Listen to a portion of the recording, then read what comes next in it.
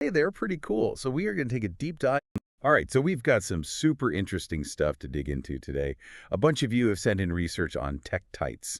You guys are really into these glassy little stones. I gotta say, they're pretty cool. So we are going to take a deep dive into tektites and look at how they form, but also maybe some of the more, shall we say, metaphysical aspects surrounding them. Yeah, it is really interesting how much tektites capture the imagination. Because on the one hand, they're kind of this perfect blend of geology and astronomy, these objects that form from Earth material, but only because of these crazy cosmic events. Yeah, it's kind of like the Earth is getting hit by space, and then it creates something new and unusual. Exactly, and that's exactly what tektites are. They're naturally occurring glass, and they form when a meteorite slams into the Earth. So that's where the Greek word tektos comes in, right? Yeah, Molten. exactly. The name tektite comes from the Greek word for molten, which refers to how they form. Okay, so we've established that tektites are basically space debris slamming into the Earth and creating these molten blobs of glass. hmm But what is the process exactly? How big are these things? Like, give me the rundown. Well, the size can vary a lot. Typically, tektites range from like small pebbles to maybe a few centimeters across. But there are some exceptions, which we'll talk about. Hmm. But as far as the formation process, it all starts with a really high-speed impact. When you have a big meteorite hitting the Earth, you're talking an immense amount of energy. Like a massive explosion. Oh, yeah. So that impact creates huge amounts of heat and pressure, and that melts the rocks and the soil at the impact site almost instantaneously. Makes sense. So it's not just the meteorite that's melting, it's also the Earth itself getting superheated. Yeah, and it's not just melting. This molten material gets blasted up into the atmosphere, like way up there. And as this molten stuff travels through the air, it starts to cool down and solidify. So are they just random shapes then? Like just blobs of glass? Not quite. They actually develop these really cool aerodynamic shapes, as they're flying through the air. You see a lot of spheres, teardrops, dumbbells, even discs. And those shapes are influenced by how fast they were going and how they were spinning. Oh, that's interesting. So it's like the forces of nature just kind of sculpting them as they fall back to Earth. Exactly. And then, when you look at their chemical makeup, that also tells us a lot about where they came from.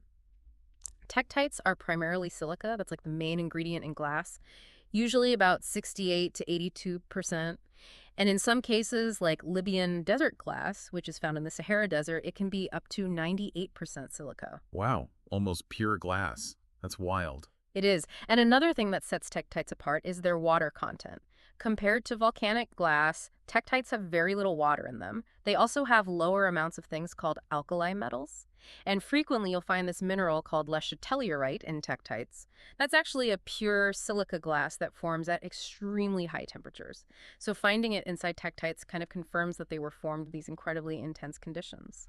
And so they're basically just superheated Earth materials that were blasted into the atmosphere. Pretty much. And when you compare their overall chemical composition, it actually resembles common Earth rocks like granite or sandstone. So that lends even more credence to the idea that they formed from Earth materials and not something extraterrestrial. Right. So speaking of Earth materials, we were talking about how tektites come in different sizes. Yeah. Can you give me more detail on that? Sure. We find tektites in a whole range of sizes. I mean, the smallest ones called microtektites are basically microscopic, and you usually only find those in deep sea sediments. Then you have the larger tektites that people are more familiar with. Those can be up to about 10 centimeters. But then there's a really interesting type called Mumnong tektites. These things can be massive. I mean, some of them weigh up to 24 kilograms. That's like 50 pounds. That's crazy. And are they shaped differently too? Yeah, they're very different from the splash forms that we talked about before. The Moomnong ones have a very irregular shape and they have a really unique layered structure. Layered, so like a layer cake made of glass. Kind of. And Okay. that suggests that they formed in a much more complex way. Maybe different molten materials were ejected at different times and then they kind of got layered on top of each other as they cooled and fell back down. So they're a bit of a mystery. So these Mongon ones, they're not your typical tektite. Sounds like scientists are still trying to figure out exactly how they formed. Exactly. And then, of course, there's the whole issue of where we find tektites. It's not random. They're found in very specific areas called strewn fields. So are the strewn fields like the impact sites? Not necessarily. I mean, sometimes the impact crater is located within the strewn field, but the strewn field itself is basically the area where all these tektites landed after they were ejected. And there are four major strewn fields around the world: Australasian, Central European, Ivory Coast, and North American. So basically a big meteor hit in each of those places. Yeah. And each strewn field has its own unique tektites. Like in Australia, you have australites. In Europe, there are moldavites. In Southeast Asia, we find indogenites. And then in North America, there are bediacites in Texas and georgites in Georgia. It's kind of cool that they get their own names based on where they're found. Yeah, it adds to their mystique, I guess. And it's also important scientifically because it shows us that these impact events weren't just isolated incidents. The Earth has been getting bombarded by space rocks for a long time, and these strewn fields are kind of like the fingerprints of those impacts. So the fact that we have these different strewn fields all over the world with different types of tektites, it just shows that these events were happening over a long period of time and in different places. Exactly. And each strewn field is associated with a specific impact crater. Or at least we have pretty good candidates for most of them. Like the Australasian strewn field is linked to an impact that happened about 790,000 years ago. And the most likely crater for that one is somewhere in Southeast Asia. Still trying to pinpoint the exact location, though. Ah, so there's still some mysteries out there. Oh, definitely. Then you've got the Central European strewn field. That one's linked to the Ries crater in Germany, which formed about 15 million years ago. The Ivory Coast strewn field is associated with Lake Bosuntwe in Ghana, which is about 1 million years old. And the North American strewn field, that one's a bit more complex. It's actually divided into two subfields, the bediacites in Texas and the georgiates in Georgia. And they're both thought to be linked to the Chesapeake Bay impact crater, which happened around 35 million years ago. Okay, so we've got all this evidence that points to tektites forming from Earth material. But then what about all the, spiritual stuff? Some people think they have like special powers or something. Yeah, that's one of the really interesting things about tektites. The science is pretty clear that they formed from Earth rocks, but they've also taken on this kind of mystical significance in a lot of cultures. So what's the deal with that? I know they're big in crystal healing and stuff. Yeah, that's right. In crystal healing circles, tektites are considered to be really powerful stones. And a lot of that has to do with how they were formed. This dramatic, fiery event involving a meteorite from space. It's easy to see how people would associate them with cosmic energies. Right, so they're like a connection to the cosmos. That's the idea. And they're also thought to have a very high vibration. Some people believe that tektites can help with things like transformation and accessing inner wisdom. And there's also this whole thing about them enhancing psychic abilities, right? Like clairvoyance and astral projection and stuff like that. Yeah, you hear that a lot.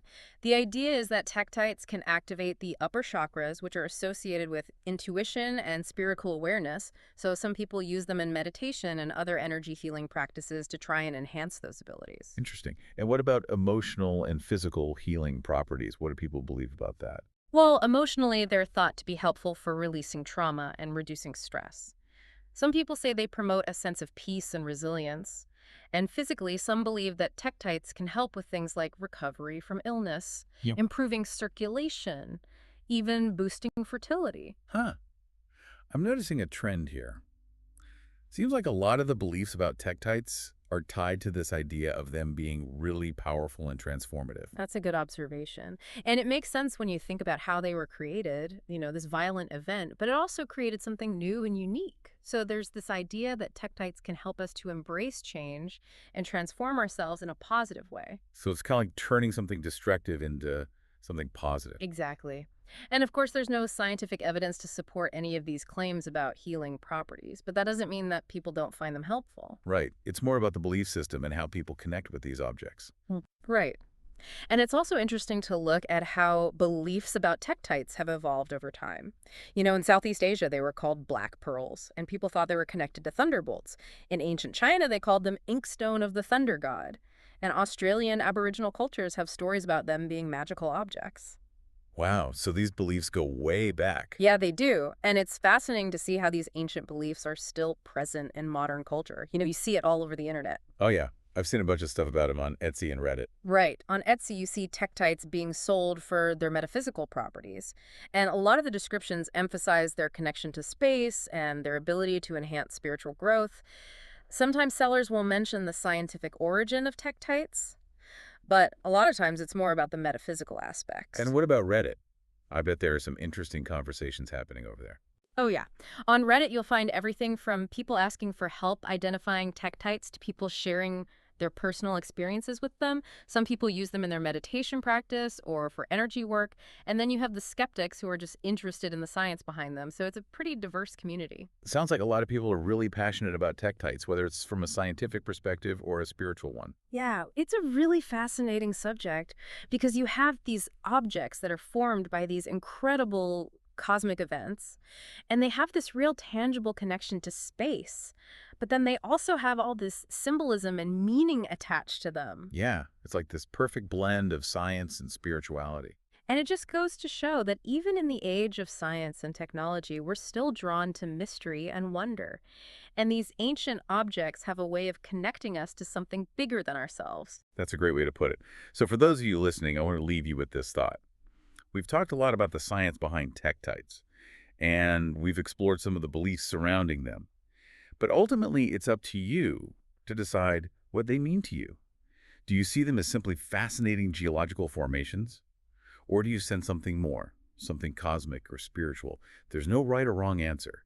It's all about your personal connection to these objects, and that's the beauty of tektites. They invite us to explore the intersection of science and belief, and that's what makes them so compelling. Thanks for joining us on this deep dive into the world of tektites. Yeah, it's been a pleasure. I always learn something new when we talk about these fascinating objects.